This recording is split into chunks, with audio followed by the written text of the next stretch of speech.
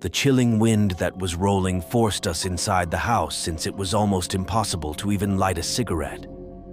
As we went inside the house, a sudden change in atmosphere occurred, and weird noises started to come from upstairs.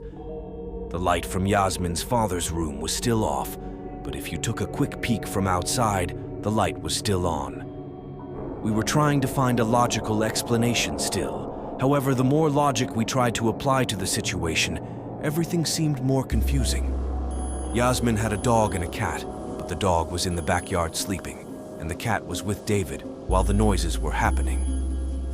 It couldn't be the dog or the cat, so our next logical thought was that someone was upstairs. It wasn't one of us, or the father or brother. We would have seen them coming back. So our thoughts went into a robber. We all went back to the kitchen and grabbed a knife and a candle or flashlight.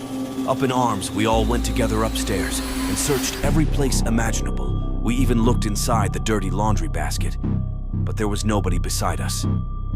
As we were about to walk downstairs, the house went cold, and a sensation I can only describe as a big chill sent down our spines, a complete and utter sensation of fear. Our candles started to light off and the flashlights just died on the spot.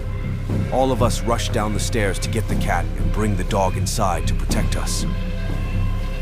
Our first thought was to go outside and wait for Yasmine's dad, but the keys were nowhere to be found and the door wouldn't budge. This led us into the only room big enough for all of us, the TV room. The dog was barking frantically and the cat was just hissing and looking at the door. However, at some point, they froze and went silent. They were tense as a rock, and you could feel them shaking uncontrollably. Our only source of light was a dying cell phone and a lighter that was almost out of gas. The house was getting colder by the minute. The weird noises were intensifying, and suddenly it stopped. For a few minutes, even the animals started feeling better, and Yasmine and Emma decided to go into the kitchen and grab a new lighter and some matches to light our candles again, since the flashlights wouldn't turn on. As they were about to come back, a sudden scream was heard. It was Emma, who stayed behind Yasmine for a few seconds and was pointing at a shadowy figure at the main door.